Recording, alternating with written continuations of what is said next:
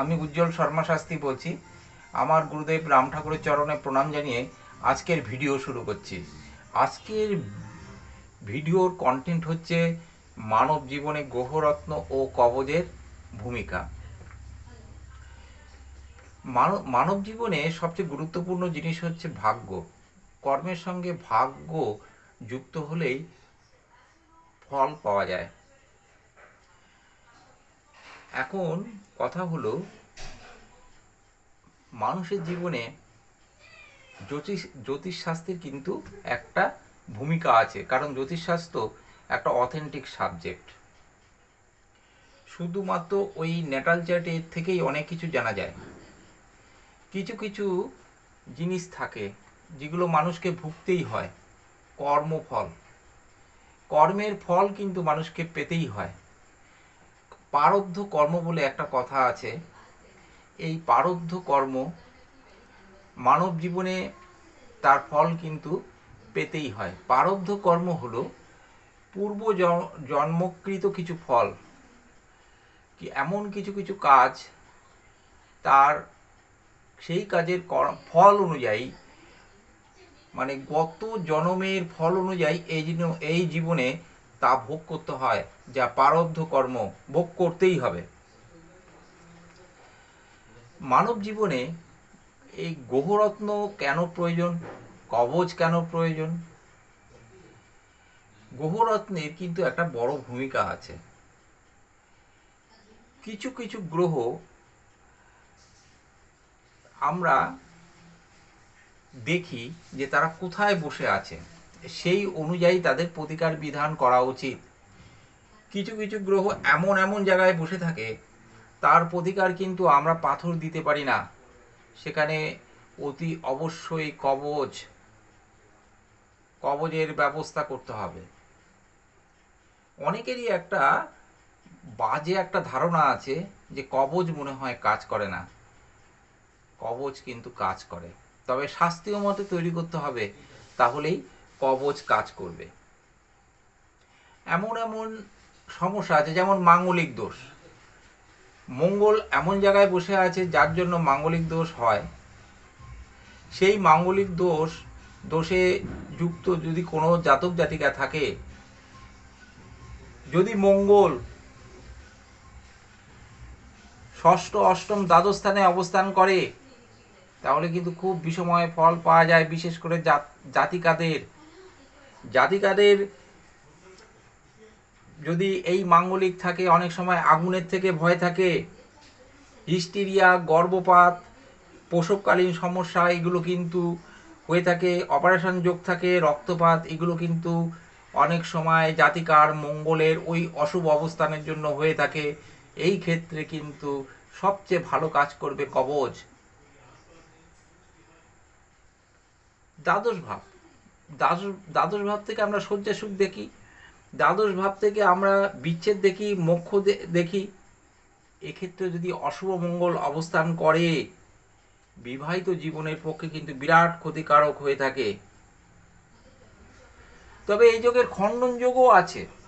দেখতে হবে বৃহস্পতির অবস্থান, দেখতে হবে মঙ্গল কোথায় অবস্থান করছে। মঙ্গল যদি স্বক্ষেত্রী এবং তুঙ্গী হয়, মাঙ্গলিকের প্রভাব কিন্তু অত পড়বে না।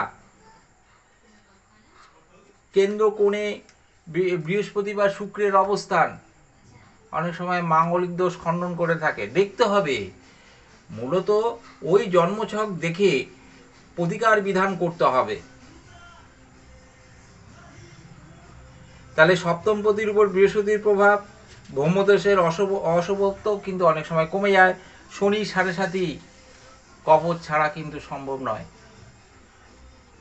শনির অবস্থান, এই শনি সাড়ে সাথী যদি চলে, অসন্তুষ্টি, হতাশা, অর্থকষ্ট, সংঘাত, মতানৈক্য, অসাফল্য, ক্ষতি, বিচ্ছেদ প্রভৃতির শিকার হয়। শনি সাড়ে সাথী বিচারকালে অভিজ্ঞ জ্যোতিষীর কাছ থেকে কিন্তু প্রতিকার বিধান করতে হবে। দেখতে হবে যে শনি কোথায় অবস্থান করছে, সেই অনুযায়ী বৃহস্পতি কোথায় অবস্থান করছে, অন্যান্য গ্রহের অবস্থান অনুযায়ী কিন্তু প্রতিকার বিধান করতে হবে এবং কবজের ব্যবস্থা করতে হবে। এই শনির 7.5 সময় কিন্তু ঋণ গ্রহণও করা যাবে না, ঋণ দেওয়া যাবে না। ঋণ দিলে কিন্তু টাকা কিন্তু আর ফেরত পাবেন না। অনেক সময় দেখা যায় দুর্বল বুধ, জাতক জাতিকার বুধ ধরুন মিনে বসে আছে, এবার মিনে কি হয়, বুধ নিচস্থ হয়, ভালো ফল কিন্তু পাওয়া যাবে না। এই নিচে দেখা যাচ্ছে বুধ রাহুর সঙ্গে আছে, বুধ কেতুর সঙ্গে আছে, এদের কিন্তু যোগাযোগ বুদ্ধিমত্তার কাজ করে কিন্তু এরা সাফল্য পাবে না। এদেরকে অতি অবশ্যই বুধের প্রতিকার বিধান করতে হবে। এই ক্ষেত্রে বুধের স্টোন লাগিয়ে দিলে হবে না, দেখতে হবে কোথায় বুধ বসে আছে, সেই অনুযায়ী প্রতিকার বিধান করতে হয়। বুধ যদি মিনে থাকে অতি অবশ্যই কবজের আমি বিধান দিচ্ছি, কবচ ব্যবহার করতে হবে এবং কবচে ভালো ফল পাওয়া যাবে। অনেক ক্ষেত্রে স্টোন দেওয়া যায় না, পাথর দেওয়া যায় না, সেই ক্ষেত্রে প্রতিকার বিধান কিন্তু এই কবচের মাধ্যমেই করতে হয়। রবির প্রভাব, রবি যদি অশুভ অবস্থায় থাকে, রবি যদি রাহুযুক্ত থাকে, রবি যদি কেতুর সঙ্গে থাকে, ষষ্ঠ অষ্টম দ্বাদশে যদি রবির অবস্থান হয়, মান সম্মান হানি হওয়ার দোষ থাকে, এমনকি কেরিয়ারে ভালো ফল পাওয়া যাবে না।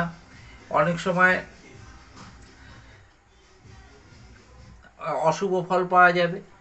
অনেকেই দেখা যাচ্ছে কোনো কর্মস্থানে রয়েছেন তারা বেসরকারি কোনো সংস্থায়, সেখানে বস তাদের সঙ্গে শত্রুতা করছে, সেই ক্ষেত্রে কিন্তু প্রতিকার বিধানের মাধ্যমে কিন্তু শুভ ফল দেওয়া যেতে পারে। অনেক জাতক জাতিকা আছে যারা খুবই ভালো, অথচ কর্মক্ষেত্রে সাফল্য পাচ্ছেন না। এই বসেদের অত্যাচারে তারা অত্যাচারিত হয়ে সেখান থেকে কাজ ছেড়ে দেওয়ার একটা চিন্তা ভাবনা করে। এই সমস্ত জাতক জাতিকাদের বলবো এর কিন্তু অতি অবশ্যই প্রতিকার বিধান করুন, নচেৎ যেখানে যাবেন সেখানে এই জিনিসগুলো ঘটবে, ভালো কিন্তু ফল পাওয়া যাবে। প্রতিকার বিধান করুন। চন্দ্রের সঙ্গে শনি রয়েছে, একটা মানসিক চাপ, একটা হতাশা সবসময়ের জন্য কাজ করবে। চন্দ্রের সঙ্গে কেতু পাপগ্রহ দ্বারা আক্রান্ত, মানসিক চাপ, অনেক সময় সিদ্ধান্ত নেওয়ার ক্ষেত্রেও সিদ্ধান্তহীনতায় ভুগবে, কেরিয়ারে নেতিবাচক কিন্তু প্রভাব পড়বে। হঠাৎ যদি শুভ অবস্থা থেকে অশুভ অবস্থা, ধরুন একটা শুভ গ্রহের দশা চলছিল, হঠাৎ করে সেই গ্রহের থেকে অশুভ গ্রহের দশায় পড়েছে, তাহলে কি হবে? তাহলে কিন্তু কেরিয়ারে ধাক্কা আসতে পারে। বৃহস্পতি, শনি এবং রাহুর গোচর, এগুলো কিন্তু লক্ষ্য করতে হবে। যদি জন্মছকের দশম, ষষ্ঠ, অষ্টম ঘরে পড়ে, তাহলে কিন্তু পেশাগত জীবনে একটা সমস্যার সৃষ্টি হবে। দশম ঘর বা দশমপতি কিন্তু একটা বিরাট ভূমিকা কর্মের ক্ষেত্রে। তাকে ঘিরে কোনো সমস্যা আছে কিনা, যদি সমস্যা থাকে তার প্রতিকার বিধান করুন।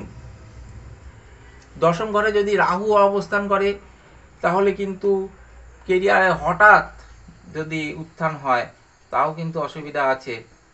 সেই উত্থান কিন্তু বেশি দিন স্থায়ী হবে না, রাহু তার ডিমোশন করিয়ে দেবে।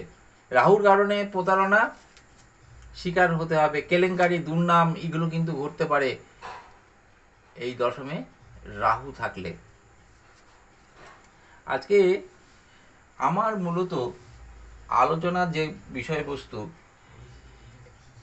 অশুভ গ্রহের কিন্তু প্রতিকার বিধান করা যায়। 100টার মধ্যে অন্তত 95% কিন্তু প্রতিকার বিধান করা যায়। সেগুলো কিসের মাধ্যমে প্রতিকার বিধান করতে হবে?